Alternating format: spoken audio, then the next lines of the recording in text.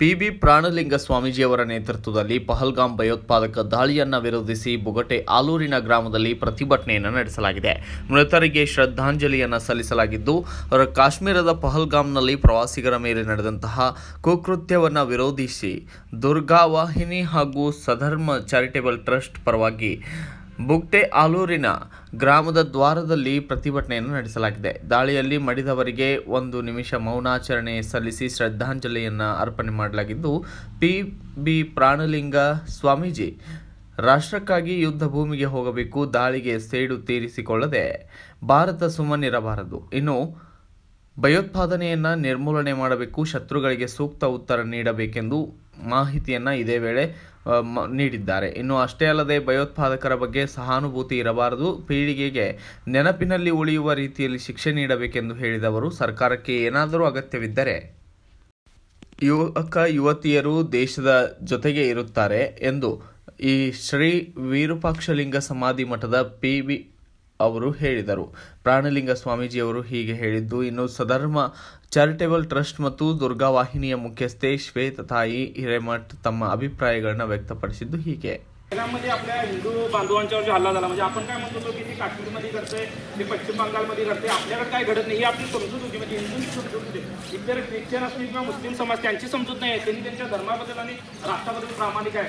पण आपलं दुर्दैव काय, हिंदूंचं दुर्दैव काय की आपल्याला काय म्हणते सर्वधर्म संभावाचा किडा चावलेला आहे. म्हणजे कुणी म्हणते की त्यांनी धर्म विचारला नाही, पण तिथल्या ज्या स्त्रिया विधवा झालेल्या आहेत, 27 स्त्रिया ज्या भगिनी विधवा झालेल्या आहेत, त्यांना विचारावा की तिथल्या मुस्लिम आतंकवाद्यांनी त्यांना जात विचारून आणि धर्म विचारून आले. त्यांनी असं विचारलं नाही तू कर्नाटकचा आहेस काय, तू महाराष्ट्राचा आहेस काय, तुला मराठी येते काय, तुला तेलुगू येते काय, तुला कन्नड येते काय, तू लिंगायतचा आहेस, तू मराठाचा आहेस, तू एसटीचा आहेस, तू ओबीसीचा आहेस, असं त्यांनी विचारलं नाही. त्यांनी एकच विचारलं तू हिंदू आहेस काय.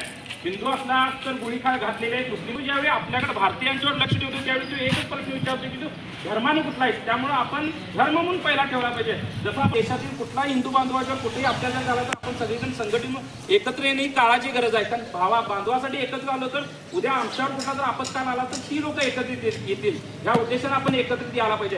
कारण आज हिंदूंची विटंबना करण्याचा हाच येतो आहे. म्हणजे मोहम्मद बिन कासिम जेव्हा पहिल्यांदा भारतात त्याने पाऊल ठेवला तर आपली देवतेंची म्हणजे हिंदूंची मंदिरं असतील तरी मंदिरं नाश केला, त्याचसोबत आपल्या स्त्रिया पाठवलेत आणि धर्मांतरित केलेत. आणि आत्ताचा सुद्धा पाकिस्तान आहे हा सुद्धा हाच हत्यार वापरतोय. त्यांच्यात बदल झालेले नाहीत, पण आमच्या हिंदूंच्यात बदल झालेले की आम्ही काय म्हणतोय असं ते काश्मीरमध्ये. ಈ ಸಮಯದಲ್ಲಿ ಗೌರವ ರಕ್ಷಣಾ ಸೇವಾ ಸಮಿತಿಯ ಮುಖ್ಯಸ್ಥ ಸಾಗರ್ ಶ್ರೀಕಂಡೆ ಮಾತನಾಡಿದ್ದು ಹೀಗೆ. मध्ये आपल्या हिंदू बांधवांच्यावर जो हल्ला झाला, म्हणजे आपण काय म्हणतो की ते काश्मीरमध्ये घडते, ते पश्चिम बंगालमध्ये घडते, आपल्याकडे काय घडत नाही ही आपली समजूत होती. म्हणजे हिंदूंची समजूत होती. इतर ख्रिश्चन असतील किंवा मुस्लिम समाज त्यांची समजूत नाही आहे, त्यांनी त्यांच्या धर्माबद्दल आणि राष्ट्राबद्दल प्रामाणिक आहे. पण आपलं दुर्दैव काय, हिंदूंचं दुर्दैव काय की आपल्याला काय म्हणते सर्वधर्म संभावाचा किडा चावलेला आहे. म्हणजे कुणी म्हणते की त्यांनी धर्म विचारला नाही, पण तिथल्या ज्या स्त्रिया विधवा झालेल्या आहेत, 27 स्त्रिया ज्या भगिनी विधवा झालेल्या आहेत, त्यांना विचारावा की तिथल्या मुस्लिम आतंकवाद्यांनी त्यांना जात विचारून आणि धर्म विचारून आले. त्यांनी असं विचारलं नाही तू कर्नाटकचा आहेस काय, तू महाराष्ट्राचा आहेस काय, तुला मराठी येते काय, तुला तेलुगू येते काय, तुला कन्नड येते काय, तू लिंगायतचा आहेस, तू मराठाचा आहेस, तू एसटीचा आहेस, तू ओबीसीचा आहेस, असं त्यांनी विचारलं नाही. त्यांनी एकच विचारलं तू हिंदू आहेस काय. हिंदू असला तर गोळीखाळ घातलेले आहेत. मुस्लिम ज्यावेळी आपल्याकडे भारतीयांच्यावर लक्ष ठेवतो त्यावेळी तू एकच प्रश्न विचारतो की तू धर्माने कुठला आहेस. त्यामुळे आपण धर्म म्हणून पहिला ठेवला पाहिजे.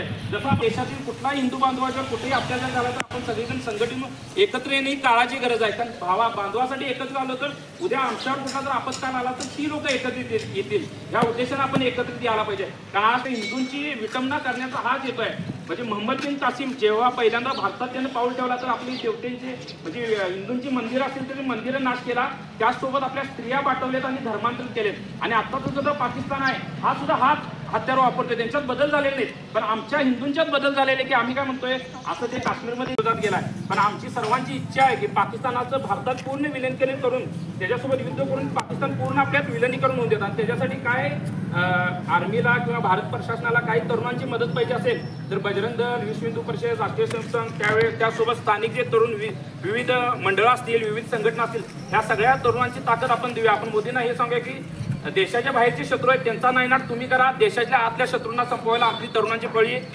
फळी घट्ट आहे असं आपण एक भारत मातेचा जयघोष जोरदार करून मोदींना तशा पद्धतीचं आपण आश्वासन देऊया. भारत माता की जय, भारत माता की जय, वंदे वंदे मुर्दाबाद मुर्दाबाद मुर्दाबाद मुर्दाबाद